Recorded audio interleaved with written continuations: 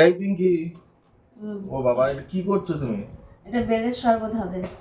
বাবা, বেলের শরবত? ওই জন্য বেলটা বের করছি। কচি বেল মনে হচ্ছে। পাকা তো? এই তো বাবা, হলুদ। এটা মানে একারই লাগবে। কয় গ্লাস হবে? গরমে বেলের শরবত খাওয়া ভালো তো। আর কি করবে, দানাগুলো ফেলবে না? হুম, ফেলো। এই বাতাসার জলটা ভিজিয়ে রেখেছিলাম, এটা দিয়ে দেবো। বাবা, ঠান্ডা জল দিয়ে দিব। ফ্রিজে?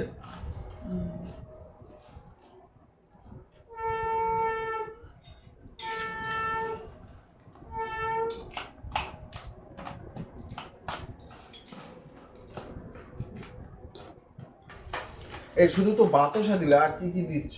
এর মধ্যে বিট নুন দেবো। বিট নুন? কেন এমনি নুন দেবে না? না, এমনি নুন না, বিট নুন দিলে ভালো লাগে, টেস্টি হয়। এবার এটাকে ছেঁকে নিতে হবে ছাঁকনি দিয়ে। আগে তো বিট নুন দেবে। এই ছেবড়াগুলো তুলতে হবে।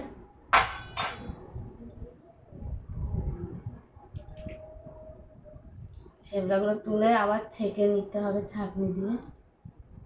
ও,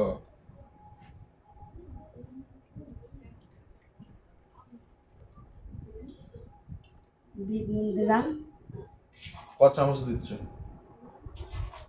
বাবা, চামচও তো দারুণ। আন্দাজ হিসেবে। তুমি কি ছাঁকবে? এবার ছেঁকে নেব। আর একটু ঠান্ডা জল দিয়ে দেবো।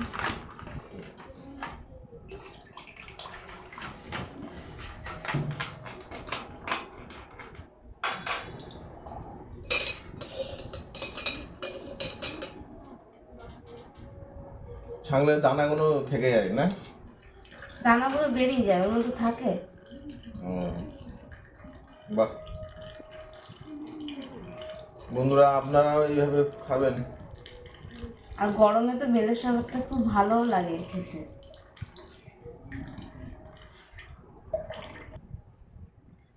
এই যে আমার ছাকা কমপ্লিট, কত সুন্দর ছাকা হয়ে গেছে।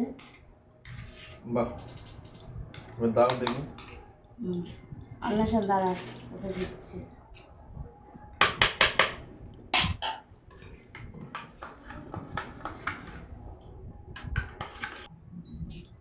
এই যে এটা আমি এর জন্য ঢালছি।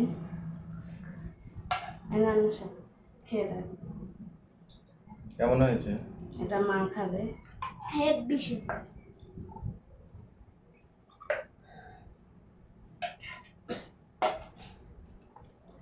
বেলের শরবতটা খুবই সুন্দর। এরকম করে খেলে গরমকালে খুব ভালো থাকে, পেটটাও ঠান্ডা থাকে। ঠিক আছে, টাটা।